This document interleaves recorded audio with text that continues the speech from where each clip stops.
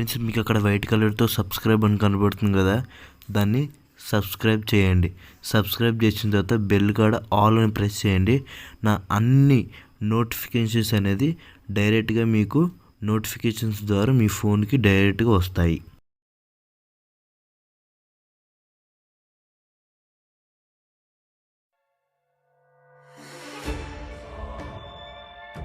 మాతో డిజాస్టర్ కుట్టిన డైరెక్టర్ ఈ ప్రాజెక్ట్ తర్వాత కాస్త గ్యాప్ ఇచ్చాడు. పవర్ స్టార్ తో కొత్త ప్రాజెక్ట్ సెట్ చేసుకున్నాడు. కానీ ప్రెసెంట్ పవన్ పాలిటిక్స్ తో బిజీగా ఉండడం వల్ల ఈ కాంబోకి బ్రేక్లు పడ్డాయి. అయితే ఈ గ్యాప్ లో మరో సినిమా చేయడానికి రెడీ అయ్యాడు సురేందర్ రెడ్డి. తమిళ హీరో విక్రమ్ తో ఓ క్రేజీ ప్రాజెక్ట్ ని ఫిక్స్ చేసుకున్నాడు. విక్రమ్ కి ఓ కథ చెప్పి ఓకే చేయించుకున్నాడు సురేందర్ రెడ్డి. ఇటీవల విక్రమ్ కి ఫైనల్ నెరేషన్ కూడా ఇచ్చారట. ఇప్పటికే స్క్రిప్ట్ పనులు ఓ కొలిక్కొచ్చాయి. షూటింగ్ షెడ్యూల్స్ కూడా రెడీ అయ్యాయి. ఓ మంచి డేట్ చూసుకుని ప్రాజెక్ట్ ని అధికారికంగా ప్రకటించడమే మిగిలింది. విక్రమ్ సినిమా అనగానే గెటప్లు ఎక్కువగా గుర్తుకొస్తాయి. తన కెరీర్ లో విక్రమ్ వేయని గెటప్ లేదు. అయితే ఈ సినిమాలో మాత్రం గెటప్పుల జోలికి వెళ్లకూడదని సూరి నిర్ణయించుకున్నాడట.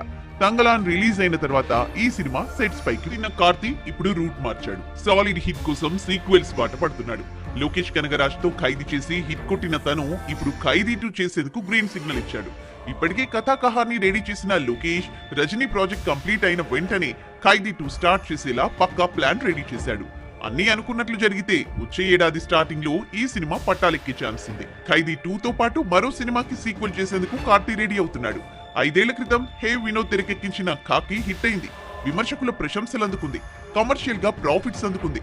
అందుకే ఈ సినిమాకి సీక్వెల్ చేసేందుకు కార్తీ ఓకే చెప్పినట్లు తెలుస్తోంది.